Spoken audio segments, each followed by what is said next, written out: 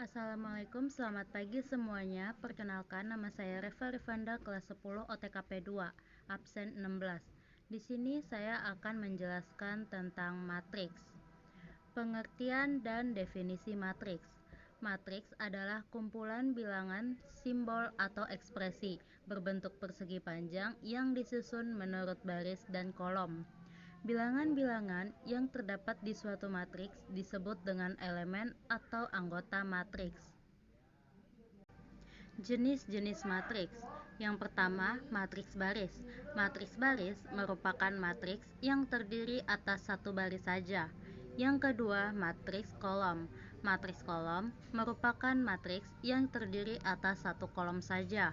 Yang ketiga, matriks persegi. Matriks persegi merupakan matriks yang jumlah barisnya sama dengan jumlah kolomnya. Yang keempat, matriks diagonal. Matriks diagonal merupakan matriks yang semua elemennya bernilai 0, kecuali elemen pada diagonal matriks. Yang kelima, matriks identitas. Matriks identitas merupakan matriks diagonal yang memiliki elemen diagonalnya bernilai 1. Yang keenam, matriks 0. Sesuai namanya, matriks 0 adalah matriks yang semua elemennya bernilai 0. Matriks 0 biasanya dinotasikan dengan huruf O disertai ordonya. Transpose matriks. Transpose matriks adalah suatu matriks yang diperoleh dari hasil pertukaran antara elemen baris dan kolomnya. Jadi, elemen-elemen pada baris akan kita tukar menjadi elemen-elemen pada kolom, atau sebaliknya. Berhubung penjelasan awal tentang matriks sudah dibahas, kita akan lanjut ke materi berikutnya, yaitu operasi aljabar matriks. Terdapat 3 macam bentuk operasi aljabar pada matriks, yaitu operasi penjumlahan, pengurangan, dan perkalian. Operasi aljabar pada matriks. 1. Penjumlahan matriks. Misalkan terdapat 2 buah matriks, yaitu matriks A dan matriks B. Jika matriks C adalah matriks penjumlahan dari A dengan B, maka matriks C dapat diperoleh dengan menjumlahkan setiap elemen pada matriks A yang seletak dengan setiap elemen pada matriks B. Oleh karena itu, syarat agar 2 atau lebih matriks dapat dijumlahkan adalah harus memiliki ordo yang sama. 2. Pengurangan matriks. Misalkan terdapat 2 buah matriks, yaitu matriks A dan matriks B. Jika matriks C adalah matriks pengurangan dari A dengan B, maka matriks C dapat diperoleh dengan mengurangkan setiap elemen pada matriks A yang seletak dengan setiap elemen pada matriks B. Sama halnya dengan syarat penjumlahan matriks. 2 atau lebih matriks hanya dapat dikurangkan apabila memiliki ordo yang sama. Selanjutnya, kita akan belajar perkalian pada matriks. Yang pertama, perkalian matriks dengan bilangan real atau skalar. Misalkan terdapat matriks A berordo M dikali N dan suatu bilangan real atau skalar, yaitu K.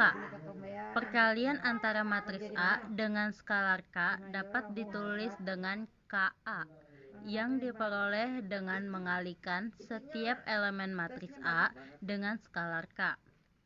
Perkalian suatu matriks dengan skalar dapat dilakukan tanpa syarat tertentu. Artinya, semua matriks dengan ordo sembarang dapat dikalikan dengan bilangan real atau skalar. 2.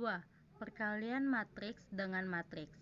Misalkan terdapat 2 buah matriks, yaitu matriks A dengan ordo M dikali P dan matriks B dengan ordo P dikali N. Perkalian matriks A dengan matriks B dapat ditulis dengan A dikali B yang diperoleh dari penjumlahan hasil kali elemen-elemen yang bersesuaian pada baris ke-I matriks A dengan kolom ke-J matriks B. Syarat agar dua buah matriks dapat dikalikan adalah matriks pertama harus memiliki jumlah kolom yang sama dengan jumlah baris pada matriks kedua. Ordo matriks hasil perkalian dua buah matriks adalah jumlah baris pertama dikali jumlah kolom kedua. Selanjutnya, kita akan belajar mengenai determinan pada matriks.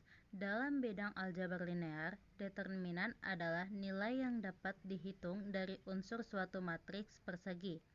Determinan matriks A ditulis dengan tanda det. Det A.